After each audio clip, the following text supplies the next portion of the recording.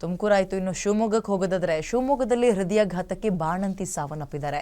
ಎದೆ ಉರಿ ಕಾಣಿಸಿಕೊಂಡ ಕೆಲ ಗಂಟೆಗಳಲ್ಲೇ ಬಾಣಂತಿ ಸಾವನ್ನಪ್ಪಿದ್ದು ದ್ಯಾವನಕೆರೆ ಗ್ರಾಮದ 23 ವರ್ಷದ ಹರ್ಷಿತಾ ಮೃತ ಗೃಹಿಣಿ. ಶಿವಮೊಗ್ಗ ತಾಲೂಕಿನ ಮಂಡಘಟ್ಟ ಗ್ರಾಮ ಪಂಚಾಯಿತಿ ವ್ಯಾಪ್ತಿಯ ದ್ಯಾವನಕೆರೆಯಲ್ಲಿ ನಡೆದಿರೋ ಘಟನೆ ಇದು.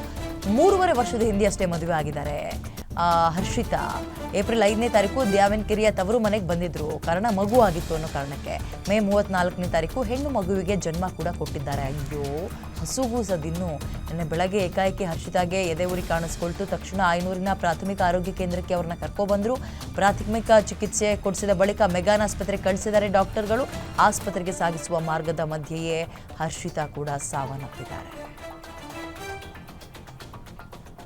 ಮೋರ್ ಡೀಟೇಲ್ಸ್ ನನ್ನ ಕಲೀಗ ನವೀನ್ ನೀಡ್ತಾರೆ. ನವೀನ್, ಇದು ಹಾಸನ ಭಾಗಕ್ಕೆ ಸೀಮಿತ ಆಗಿದೆ ಅಂದರೆ ಇಲ್ಲ, ರಾಜ್ಯದ ಹಲವು ಕಡೆ ಇಂಥ ಕೇಸ್ಗಳು ದಾಖಲಾಗ್ತಾ ಇದೆ.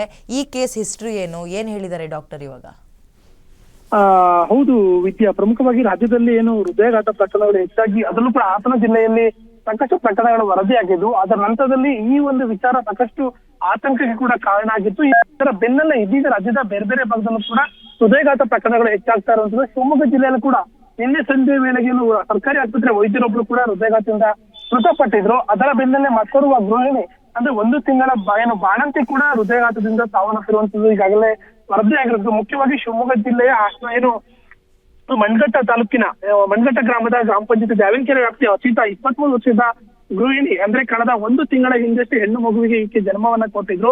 ಹಾಸನ ಜಿಲ್ಲೆಯ ಕೋಮೇನಹಳ್ಳಿ ಗ್ರಾಮದಲ್ಲಿ ಅವ್ರನ್ನ ವಿವಾಹವಾಗಿ, ಅಂದ್ರೆ 3 ವರ್ಷದ ಹಿಂದೆ ಅವರು ವಿವಾಹ ಕೂಡ ಆಗಿದ್ರು. ಕಳೆದ 1 ತಿಂಗಳ ಹಿಂದೆ ಇವರು ಏನು ಡೆಲಿವರಿಗಾಗಿ ಶಿವಮೊಗ್ಗ ಜಿಲ್ಲೆಗೆ ಬರ್ತಾರೆ. ಕಳೆದ ಮೇ 24ರಂದು ಅಂದ್ರೆ ಹೆಣ್ಣು ಮಗು ಕೂಡ ಆಕೆ ಜನ್ಮವನ್ನ ಕೂಡ ಕೊಟ್ಟಿರ್ತಾರೆ. ಕಳೆದ 1 ತಿಂಗಳಿಂದ ಮನೆಯಲ್ಲೇ ಇರ್ತಾರೆ. ಆದ್ರೆ ನಿನ್ನೆ ಬೆಳಿಗ್ಗೆ ಏಕಾಏಕಿ ಹರ್ಷಿತಾ ಅವರಿಗೆ ಎದೆ ಉರಿ ಕಾಣಿಸ್ಕೊಳ್ಳುವಂತ ತಕ್ಷಣ ಆಕೆಯ ಕುಟುಂಬಸ್ಥರು ಶಿವಮೊಗ್ಗದ ಆಯನೂರು ಸಮೀಪದ ಮೇನು ಪ್ರಾಥಮಿಕ ಆರೋಗ್ಯ ಕೇಂದ್ರಕ್ಕೆ ಕರ್ಕೊಂಡು ಬರ್ತಾರೆ. ನಂತರ ಅಲ್ಲಿ ಪ್ರಾಥಮಿಕ ಚಿಕಿತ್ಸೆಯನ್ನು ಕೂಡ ಆಕೆಗೆ ಕೊಡ್ತಾರೆ. ಮೇಲ್ನೋಟಕ್ಕೆ ಆಕೆಗೆ ಎದೆ ಉರಿ ಕಾಣಿಸ್ಕೊಳ್ಳುತ್ತೆ. ಅಲ್ಲಿನ ವೈದ್ಯರು ಹೃದಯಾಘಾತ ಸಂಬಂಧಪಟ್ಟಂತ ಏನು ಗಮನಿಸಿ ಆಕೆಯನ್ನು ತಕ್ಷಣವೇ ಏನು ಶಿವಮೊಗ್ಗದ ಮೆಗಾನ್ ಆಸ್ಪತ್ರೆಗೆ ರೆಫರ್ ಅನ್ನ ಮಾಡ್ತಾರೆ. ಮೆಗಾನ್ ಆಸ್ಪತ್ರೆಗೆ ಕರೆದುಕೊಂಡು ಬರುವಂತ ಮಾರ್ಗ ಮಧ್ಯದಲ್ಲಿ ಹರ್ಷಿತಾ ಈಗಾಗಲೇ ಸಾವನ್ನಪ್ಪಿರುವಂತದ್ದು. ಆಕೆಯನ್ನ ಈಗಾಗಲೇ ಆಕೆಯ ಮೃತದೇಹವನ್ನ ಕುಟುಂಬಸ್ಥರು ಏನು ಹಾಸನ ಮೂಲದ ಕೋಮೇನಹಳ್ಳಿಗೆ ಕೂಡ ತೆಗೆದುಕೊಂಡು ಹೋಗಿರುವಂತದ್ದು. ಮುಖ್ಯವಾಗಿ ಆಕೆಗೆ ಅಂದ್ರೆ ಬಾಣಂತನ ಅಂತ ರಿಲೇಟೆಡ್ ಆಗಿ ಯಾವುದೇ ರೀತಿಯ ಸಮಸ್ಯೆಗಳು ಇರಲಿಲ್ಲ. ಮುಖ್ಯವಾಗಿ ನಿನ್ನೆ ಬೆಳಗ್ಗೆ ಹೃದಯ ಅಂದ್ರೆ ಎದೆ ಉರಿ ಕಾಣಿಸ್ಕೊಳ್ಳುತ್ತೆ.